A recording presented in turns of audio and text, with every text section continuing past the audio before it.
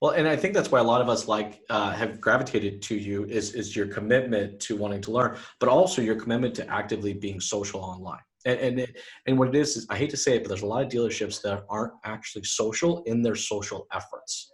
Oh, that's why I love the direct part of the way you have conversations. Because, forgive the frankness, but you don't take a lot of bullshit as I can perceive it from the outside looking in. For freshly brewed discussion on automotive sales and marketing, this is Coffee with Jason. The Coffee with Jason podcast is sponsored by Closer's Coffee. For that full-bodied, rich, sweet flavor with a bright acidity, drink Closer's Coffee, stay caffeinated, and keep on closing. Find out more at closerscoffee.ca. Wow, it's because I'm passionate. Just get excited. I love your stuff, meaning the videos that you put out and just watching, and you're exactly what I hoped this would be like, just a conversation. And I love the authentic part of that. I'm so new to automotive, meaning just over the last year, maybe a few more months than that I've worked with my brother. And I'm always surprised when people want to invite me on to talk about automotive or the things that they do. And because this is how I learn. This is really the interactions that help me get better, because I'm pretty well versed at business, just not the automotive side. And I love the learning part of that. Well, and I think that's why a lot of us have gravitated to you is your commitment to wanting to learn, but also your commitment to actively being social online. And what it is I hate to say it, but there's a lot of dealerships that aren't actually social in their social efforts. Oh, that's why I love the direct part of the way you have conversations. Because, forgive the frankness, but you don't take a lot of bullshit as I can perceive it from the outside looking in.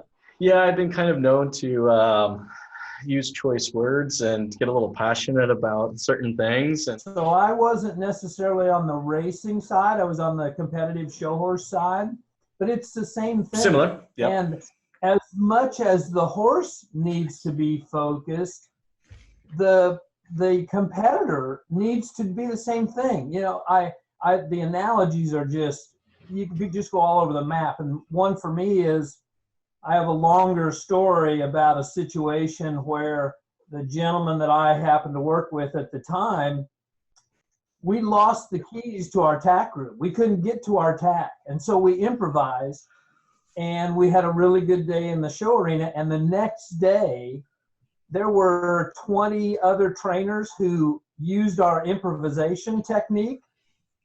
They thought it was a training method. We'd locked our keys out of the tack, or we'd lost the keys to the tack room. So the man, again, that I was working with at the time, he turned to me and he said, "What did you learn?" And I'm like, they think because we had such a good day yesterday, this is now a new thing to do. Yeah. They it's preparation. So in the sales aspect in cars, either a dealership teaches a certain way, a process that they want the sales process to run, and the salespeople are expected to, within their own limits, use that process. And at another store, that process would never work. No, so 100%. These trainers messed up their horses for a couple of days at least. In the dealership where the process not of that making would try it, it would screw up. You know, they wouldn't sell any cars for 3 or 4 days. And it would take somebody else going, we should go back. We should reset. There are so many things you can learn from. And I think what it really kind of comes down to is what helps people in the automotive space. And how long have you been in the automotive space? Let's start there. So I actively started assisting my brother in May or June of 2017. Okay, cool. And there's a little backstory to that. It's sort of a sad circumstance in my life, but nobody gets out alive. And my wife had passed away from cancer in December of 2016. Oh, sorry to hear that. Thank you. She was the cornerstone of my life. But as forgive my sense of humor, but no, it's okay. she went to heaven and left me here. And so however long I'm going to be here, the Lord has this plan. He'd really like to see me productive. And I was in the horse business for 20 years. And then I had a 20-year career in synthetic grass, fake turf. And when I tried to go back to work, about a month after her passing, I wasn't healing, what have you. And so the company I worked for had been so great to me and my wife through that season. To honor their commitment to me, I had a conversation with the owner and just said to him, this is a Class A company and very high performing individuals. The analogy in the car business would be, imagine a store where everybody's a 30 car guy a month, or a 30 car a month guy or woman. And I just honestly had to go say, look, I'm going to miss the mark. I was in workforce development. I was the customer facing employees who reported to me, and my job was to make sure that they were the best in the industry, and they were the best in the world. Yep. So anyway, as I sort of cast around for what I might do next, my brother and I had spoken about a project he'd been working on, and I did some guidance, I guess. He's the brain, meaning he's been in automotive since 2001. He's been in technology since 95. His backstory is the small dealer group that he joined outside of Omaha, Nebraska. He and a really sharp sales manager and a really visionary owner, they took 2 stores. One was a Ford brand and the other one was Dodge Chrysler, I believe. But they went from about 70 units a month to 1,200 in about 4.5 years. And so the Ford store competed with Galpin Ford out in California. And, so I look for excellence. And I had the privilege in the horse business to work with some of the best in the world. I had the privilege in the turf industry to do some really innovative things. The company that I worked for here in Cincinnati, I had subcontracted with them over now it would have been 13 years. But from 2005 to 2012, I then became an outside employee in 12, and I did that from 12 to 15. And then they invited me inside to do workforce development, thus our move here and what have you. And so to say that those were excellent opportunities, the perspective is the 10,000 hour rule of being an expert. Yep.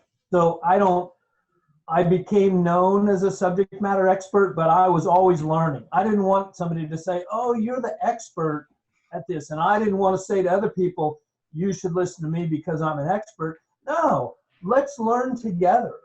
Sure. And there were so many similarities as my brother and I talked more about where I might fit in or assist him.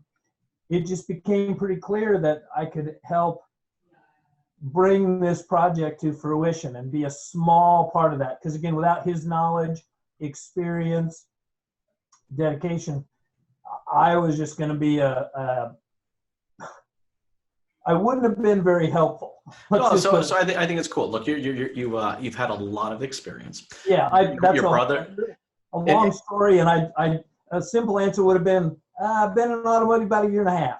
No, but that's cool though, because that really kind of lines up one of the reasons why I wanted to kind of bring you on board. A lot of people go, Jason, you brought a few people on that are pretty new to the industry when you could be bringing on others, but I actually think we learn more from fresh set of eyes. I could have easily reached out to your brother and we probably would have had a great podcast. And, we would have really talked about, got in depth and probably had some inside jokes about the industry. And, but I think what it is that the value is hearing and what other people are seeing that haven't been so close. When you get so close to a project or so close to an industry, you don't get to see things that are working or things that aren't working or things that can be improved on. So that's what I'm actually kind of curious to learn a little more about.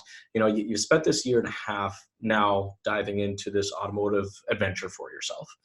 what are some of the key takeaways that you've started to realize or things you've noticed? So I have a perspective of, I'm 62 years old. I have owned business. I have lost a business, pretty significant speed bump in the journey. The main things are that the key thing in all of the aspects of business is, no matter what lane you're in, people always get stuck in the idea that if you're not with them in that lane, there's no way you could understand the challenges. Mm-hmm. And I think that's flawed because of the aspect of human nature. It doesn't matter what business you're in. There are no bigger egos than a horse trainer.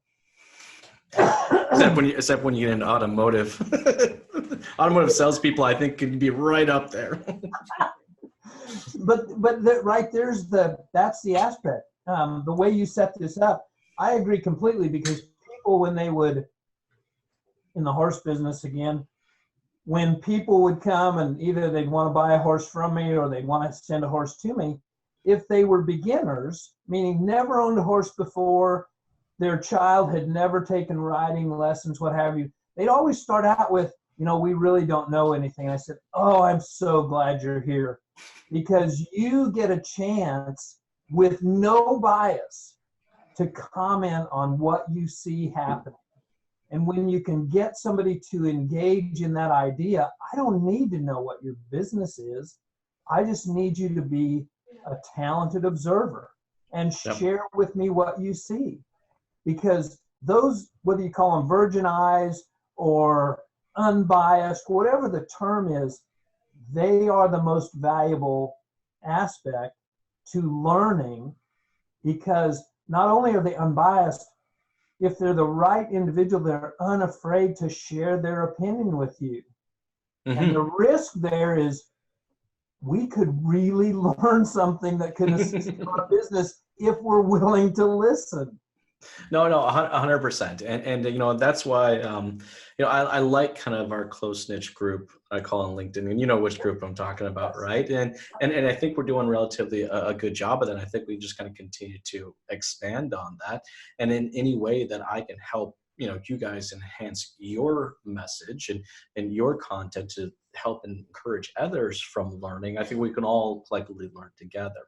So at the dealership on the Automotive, what has been your experience? Maybe a couple examples or some stories that you have so far that you've found very interesting about the automotive industry.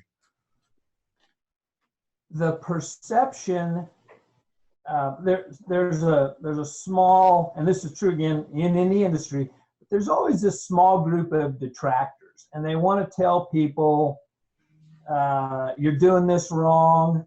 Every time I say that phrase, I see the clip from the movie Mr. Mom. You're doing it wrong. I remember that. And the reality is, everybody comes from their own perspectives and experiences. It's unavoidable. You have yours, I have mine.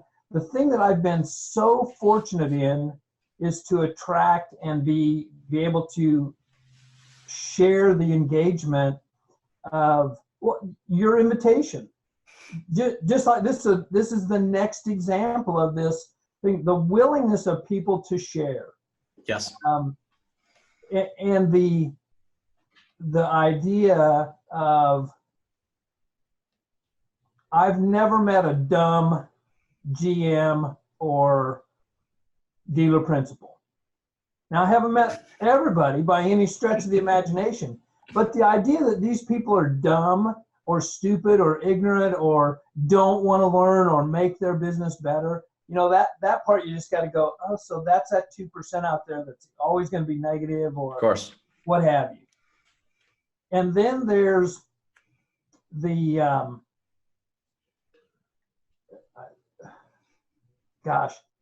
there's the individuals that just resonate.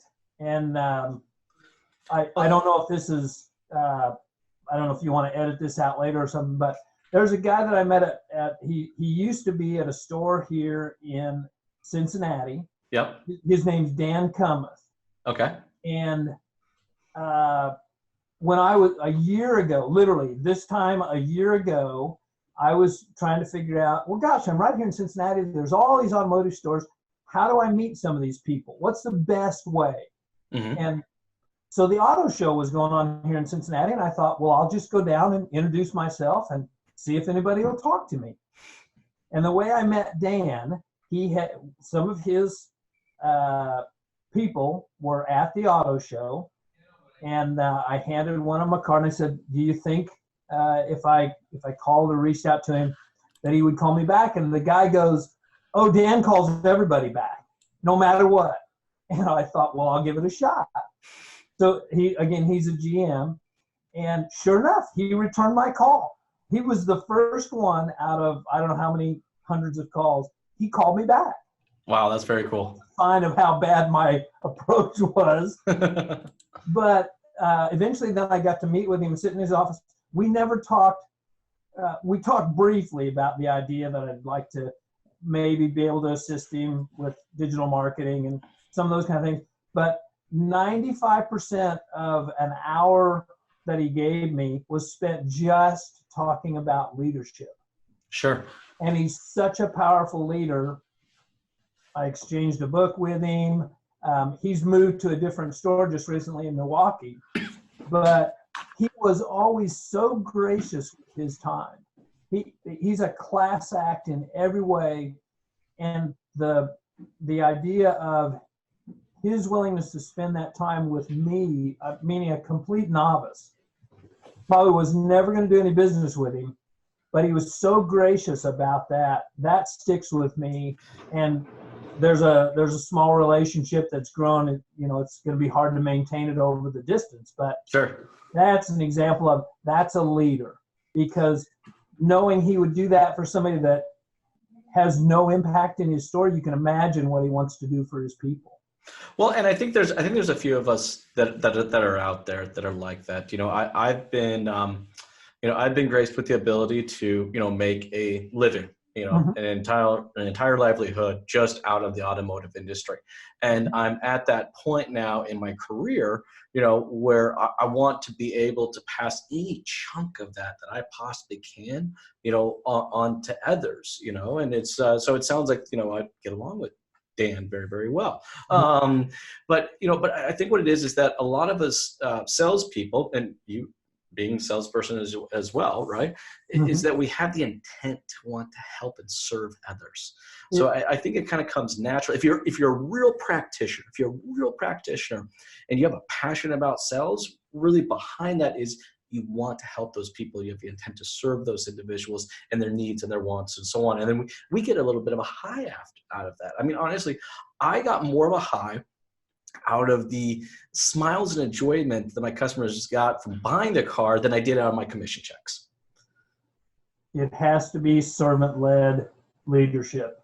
That heart for serving others, in my opinion, is the key to joy in life. Not happiness, but that true joy.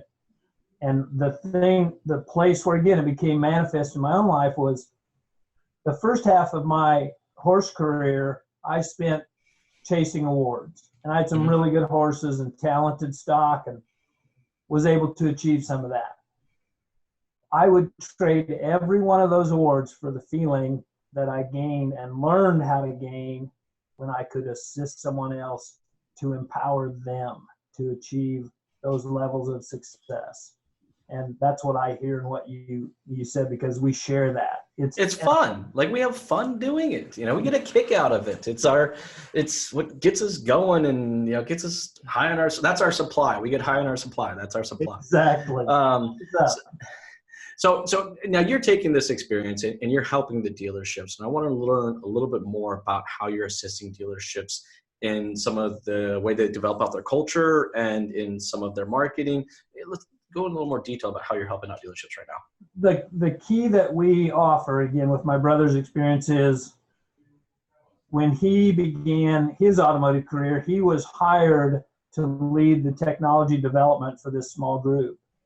And he has always maintained, and he saw it through the success that they had, he's a relationship person. Mm-hmm. technology, in our opinion, is a tool. It's not a solution. There's so many examples where either the dealer wants to or has adopted a set it and forget it mentality. They don't connect their marketing efforts to their sales efforts, or it's done poorly. We all know about the path to the sale. Technology, usually in the ways that it's used today, actually interrupts the path to the sale rather than facilitates it.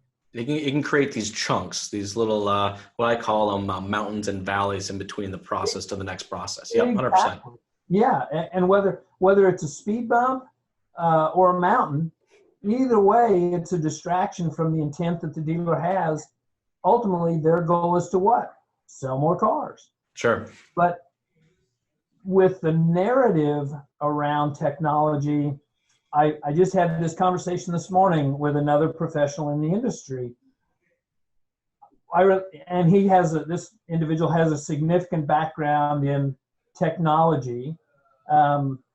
He worked for or was hired by Microsoft when they started to go from enterprise to desktop. Oh, you mean that little company? I think I've heard of them. Yeah, they might make it. The jury's still out.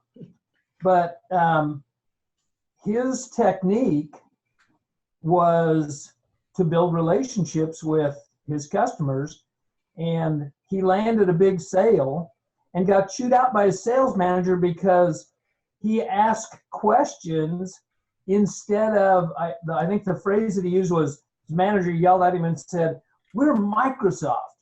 We tell people what to do. We don't ask them."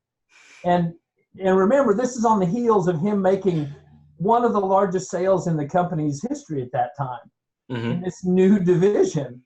And so he went home and he's thinking, I'm not only going to be me, I'm going to be more of me, and had a really successful career in that. And again, that analogy to the car business related to technology, everybody knows who Brian Benstock is. I heard Brian make one of the best comments on another podcast recently.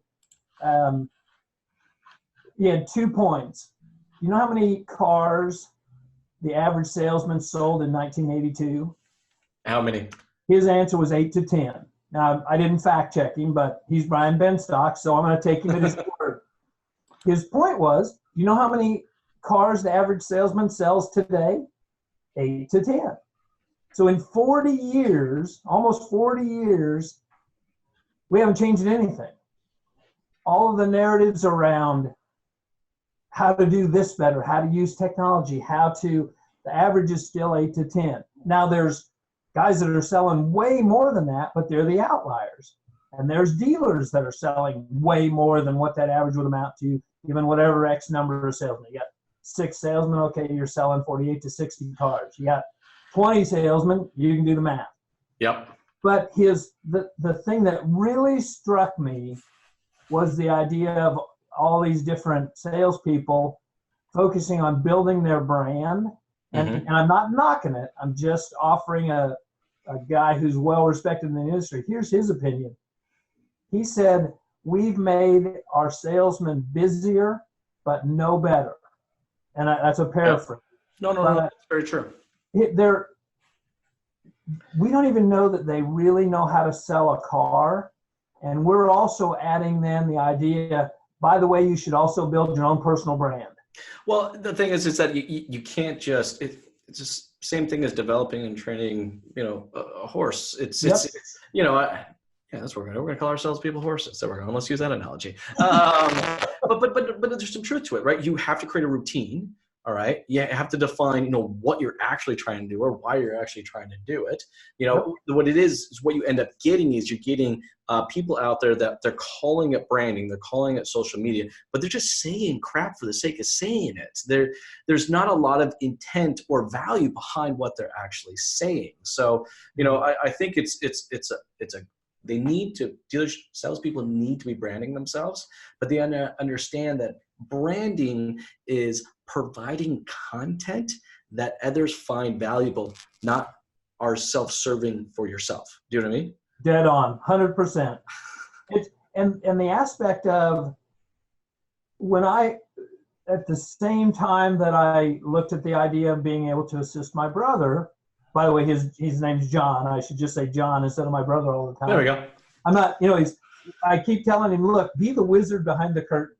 I mean, you have these amazing gifts and talents, and you become so valuable with those two dealers. Just stay behind the curtain. That's kind of a sibling rivalry thing.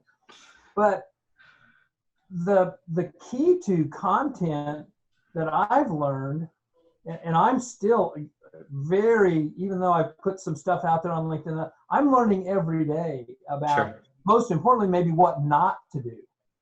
I've done a little bit of video. I literally recorded in my backyard. I do one take. I have no editing software, what have you. I just speak from the heart. It's one of those, as you and I started, take it or leave it. This is me, and I'm going to talk about personal experience and leadership and stories that people can relate to. And in lots of times I've gotten really good feedback. But that can be authentic. So that's authentic. What a lot of people seem to think when they're thinking of branding, that their content has to do with the company that they represent. Like all their content has to be about Nissan, or all their content has to be about Mazda or whatever it is. No, you have to develop out an audience based on who you are as an individual. I have a gentleman up north. He works at a Chevy dealership. All right. He is a retired professional angler. Am I using the right word? Angler? Fisherman, right? Yes. Is that the right word? Okay, good. Great. That is so, I'm gonna tag onto that, but go ahead. But that's what his entire background is, right? I mean, he's only been in the car business for the last 18 months, but so that's where his passion is. That's where he is. Now he makes a living by selling cars, but his passion is sitting on a bass boat and just finding those sweet spots, Absolutely. So we start talking to each other, and he's like, what kind of content? I just don't feel like I got enough of a voice in automotive to have an automotive content voice. I'm like, don't, right? Because you don't, and that's totally fine, right? It's like where your content's going to come from your leadership experience. This gentleman's content is going to be coming from his experience and history as being a professional angler, and that's the content that he's putting out there. And it was amazing. Once he started putting out that content, all of a sudden his brand just started to grow, and more people are engaging and more people are talking to him. But it's totally okay to continue to support that audience and build that brand. And everyone can still know that you sell cars. That's where you make your living. That is so true. The story that resonates with me from that, and I'm at risk of repeating stories because I have so few of them, but this one really stands out, and it has to do with that fishing aspect. I was at a Ford dealer here in northern Kentucky, and I'm talking to the GM, great guy, but I'm observing this gentleman in a cubicle outside of the office, and you wouldn't have to guess what he did, because all three walls are covered with pictures of fish that he's caught and trips that he's taken. So here's a perfect, just what you said. It's northern Kentucky. He's a well-known angler, fisherman. He can take all of that relationship that he's got, that's him, that's his heart, and build that content, because Nissan and Ford, and name the brand, the OEM's going to make sure that everybody knows about the brand. They're going to know what the price is. I mean, we don't necessarily need to include that into our content, for crying out loud. If I'm a fisherman and I know there's a fisherman at the Ford store, if nothing else, I'm going to stop in and see if he can tell me where a honey hole is that I haven't found. Exactly. So there's going to be value in that, right? And we have to understand it. And I tell dealerships this, and they look at me a little sideways. They're like, wait a second, you want me to pay money to advertise content that has to do with fishing? I'm like, yes, sir, I do. They have to create an audience. Instant differentiator. 100%. 100%. I have another young gentleman who just started in the business, and of course, he is a fanatic Star Wars fan. Like very much so a Star Wars fan. So he's now, he talks about Star Wars in the back of the Nissan Rogue. And, he talks about Star Wars sitting inside a car, and he has a incredibly large following of people that are following his content. He has a whole generation of kids that are going to be car buyers. Yeah. And well, the thing is, he's, again, very new to the business.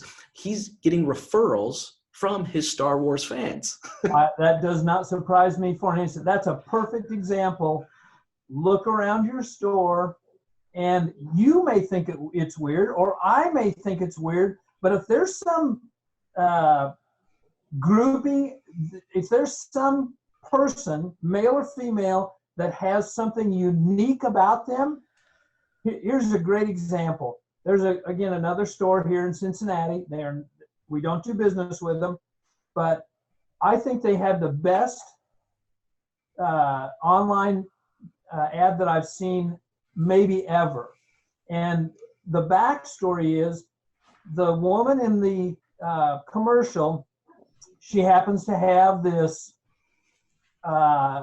unique hair color, and she's incredible. I would go just to meet her because she's so well presented in public. Yep. And on the flip side, there are people who are trolling her because of her hair color. And I'm like, oh, dude, and again, I haven't researched who any of the trolls are. I haven't gone that far in it, but I'm thinking, if I were to learn that anyone who has trolled her is the car dealer, I would unload on that person and just go, man, you should close your dealership today. Because if that bothers you and you don't think that's relevant, there are so many other things that I can tell you about your store and never visit it that they don't know that's wrong with their piece. And I didn't start with this core, but I'm a process and people person. In the automotive industry, we don't control our product. The OEM does. Yep, 100%. You better focus on your process, because the reason I say process before people, if you have a bad process, you can hide bad people inside of bad processes. Sure, of course. If you focus on getting your processes right, then the people issues that will prevent you from being as great as you can will be exposed, and nobody can hide from them. And that doesn't make those people bad. It just means let's train them better. Let's develop them. Let's let them be them. So that people and process part, people, some people think that's a little old-fashioned or what have you. No. I'm going to stop right there, because that's not old-fashioned at all. In fact, actually, it's funny you say this, because I literally had this conversation a couple of weeks ago from a dealership. He wanted to tell me that he had a people problem. And I told him he did. He did not have a people problem. He had a process problem. That's what it was. Yep. All right. He expected that these people just knew what these processes were. And I have to tell him, you got to stop managing people. You got to manage the process. Let that process manage the people. And I learned that a long time ago from someone way considerably older than myself, aka my father. And that always resonated with me, right? Is that if we spend more time focusing on the processes that we place into our sales department and our service department, and we effectively measure those processes on how well they're doing against the goal and objective that we set, then we can start modifying that process. We don't have to modify the person, right? We modify the process and develop the person. Bingo, dead on. In all of my experience, again, back to the horse business and then to the turf business, people would approach me and they would ask for my help in the horse business, and they'd say, my horse has a problem. And I learned through lots of trial and error, I'm willing to bet it's not the horse. But what I would say to them, instead of immediately hurting their feelings, was, why don't we take a look? And the only thing I need for you to give me is, if we decide that it's not the horse's problem, are you willing to work on how to get better together? Mm-hmm. And so then you take that, again, in all my experience, I only had one bad horse, and I've literally worked with tens of thousands, and had the good fortune to work with people in that same piece. And out of that all, I had one bad horse that just wasn't going to come around for the intended purpose. In the turf industry, it's a very process-driven part. And 100%. If I can, there's two stories. I don't know where we are on time or if that matters, but we got a good 10, 20 minutes, so go for it. Okay. So one of them is about me. And in the industry, a pretty intelligent guy came up with a unique use for artificial turf at airports in what they call runway safety areas. Okay. And one of the things you have to do anything at an airport is get the FAA to cooperate with you. So there's not just the bureaucracy of the property itself, you got a government thing to deal with. And we were going to a convention. I lived in Springfield, Illinois at the time, but we were going to a convention to demo our product in Dallas, Texas. And I had two partners, one really a highly skilled technical installation engineer, and one kind of the face of our organization. And the face had always said to me, you got to wear a suit and tie to all of our events. Well, we'd been to two of these before and hadn't had much luck. And I said to him, we're going to Dallas, Texas. I'm wearing a sport coat, a starch shirt, cowboy boots, and jeans. And if you don't like it, I own a third of the company too, so you can't tell me what to do. Well, you knew your audience, right? You had to match. You had to match what your audience was. 100%. Nothing wrong with that. Part of it is, at that particular event, we gained the attention of the right individual in the FAA, and what would have taken us literally another year to do, I did in 10 minutes in our booth. Wow, that's cool. We got a certification because of I was so much more comfortable. Sure. But then you take me out of the equation and you look at process. And at the time that I joined the turf industry, the standard was it takes 3 weeks to build a field. You're going to have problems with them, et cetera, et cetera, et cetera. Well, because of the work that we had done, when you work at an airport, on the runway, it has to be closed. And generally you're working at night unless it's a big federal program. Mm-hmm. And so we developed processes. We could work at night, guarantee that we would have the runway open. Normally they open about 5 a.m. You better have everything out for there. The fines are per minute and they're not cheap. So we developed this process. We knew we could guarantee the integrity of our work, get everything out of the way. And we transferred those processes to building football fields. And the unique aspect we brought to the market was we could build a field in 14 days and not have a single issue with it post-construction except regular maintenance. And people said, you can't do that. And so we built 250 projects in, a little over 10 years, and Wow.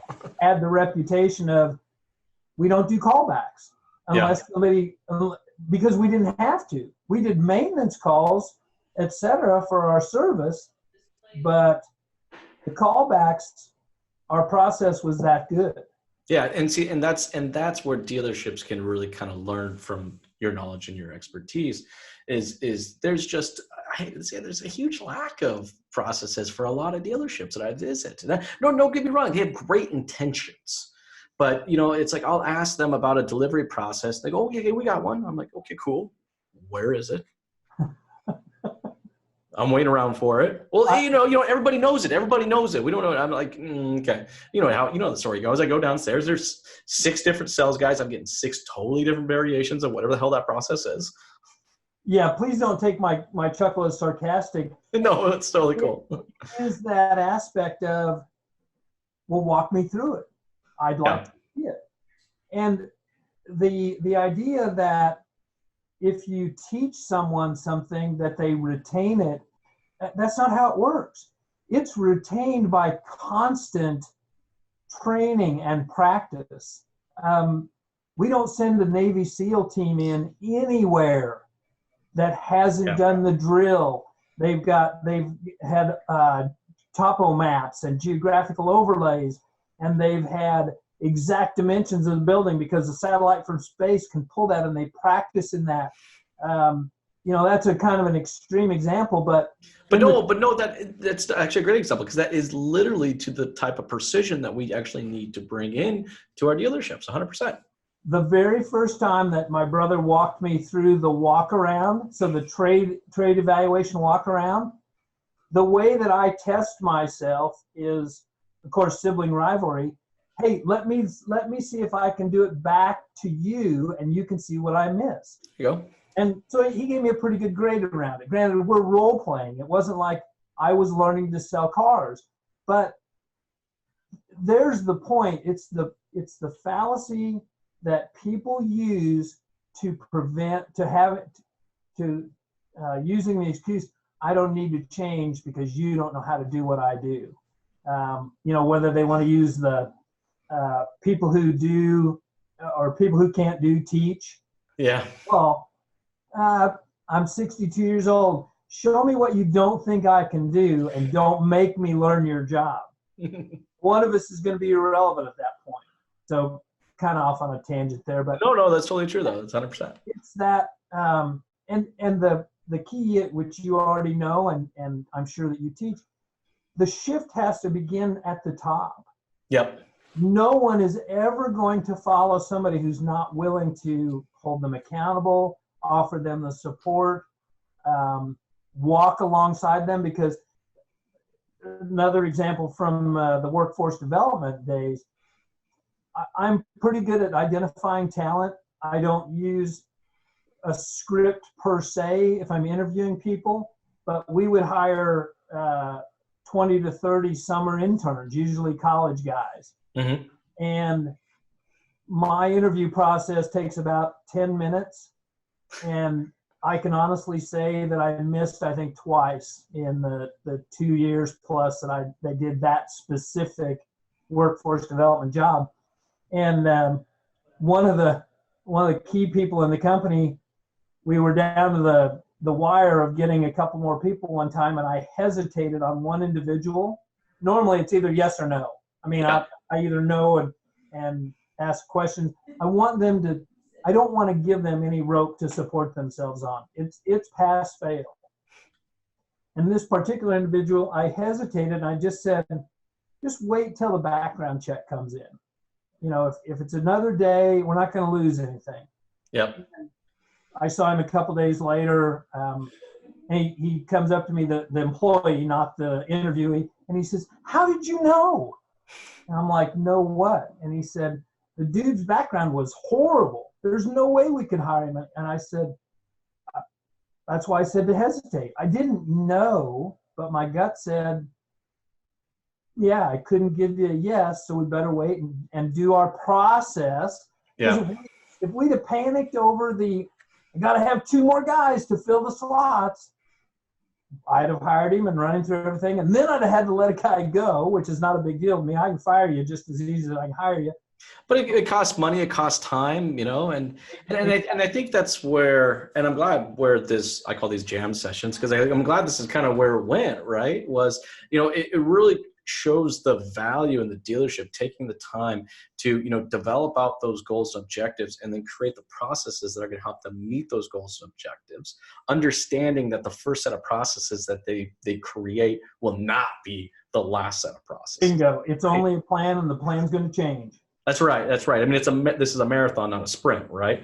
It's like we have to make that commitment to constantly be running and evolving and developing out what our processes are. But when you do that, you can get to the space like in your story where you can get things done. 10 minutes to do that, 2 weeks to be able to put together an entire field like that.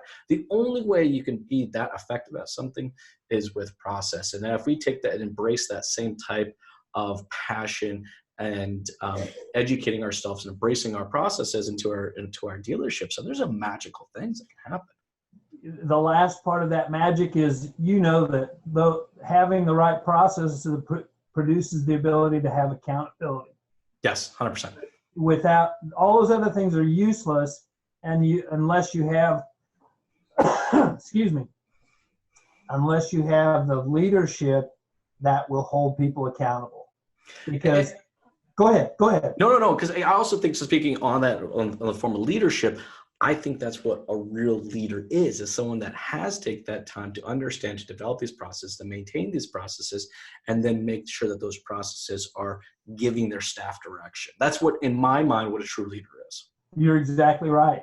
That the critical aspect of that, if there's any hesitation in the accountability, it's the old saw, give me an inch, I'm going to take a mile. If somebody on the team, even in the particular instance that I'm describing, remember, this is a world-class A company. Their clients and their partners around the world are the who's who of entities that need turf. And sometimes the Asian games, really specialized opportunities that you don't get invited to if you can't perform. Mm-hmm. And the fact that you perform year in and year out, that's a significant indicator of great leadership. The owner of this company, his name's Joe Motes. He's the definition of great culture. And it's evident in every aspect of this company. The reason that he brought me in, first, I think he was being kind to me.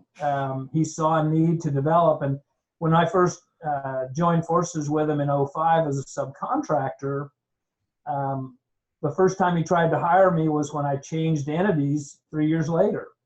And maybe I should have listened sooner, but the point is, the company is a lot of things.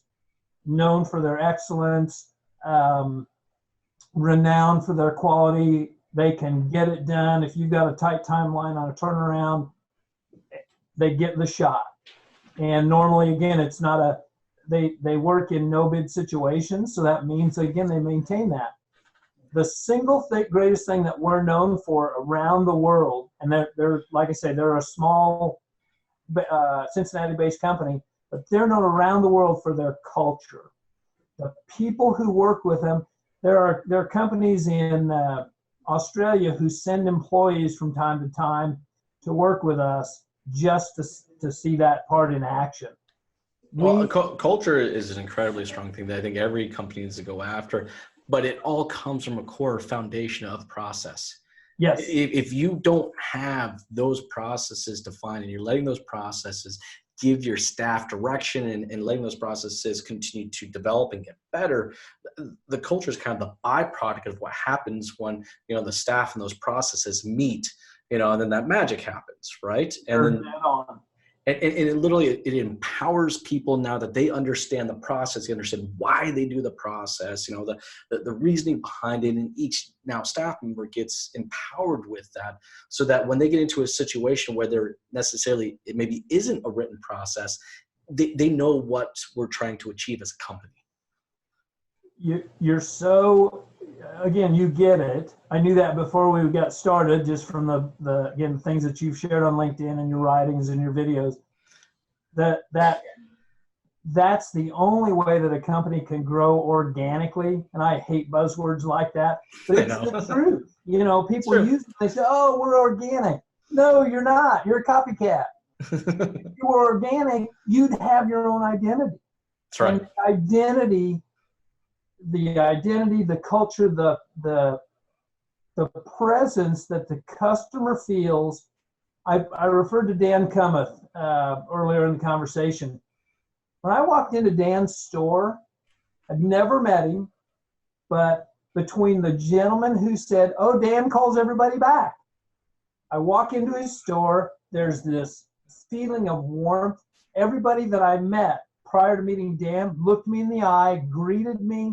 All of those processes about that culture development were reflected because his leadership in the store. And in my conversations with him, although I never met his ownership, I'm certain that they're cut from the same cloth. Birds of a feather flock together. That's 100%. A cliche for a reason. Well, Bill, I think that's great. And I think that's a great place for us to stop there. And there were some great value, I think, what we see here. And it's really nice to hear from somebody that's has tons of experience and is, new to the industry. You can kind of connect those dots and see where there's a lot of opportunity for us. For those people out there that would like to connect with you, where's the best place that they get to connect with Bill? The easiest place is on LinkedIn. If they want to go through that platform, or if you want to contact me directly, either my cell phone, area code 217-306-2555. My email is bill@lottalk.com, LOTTALK.com. And guys, I really encourage you to reach out to Bill. Bill's a real practitioner, and he does have a lot of passion about helping people and developing leaders and processes. Thank you so much for your time, Bill. I really appreciate you coming on the show today. Thank you for the kind invitation, and I enjoyed this immensely. Very grateful, Jason. Thanks.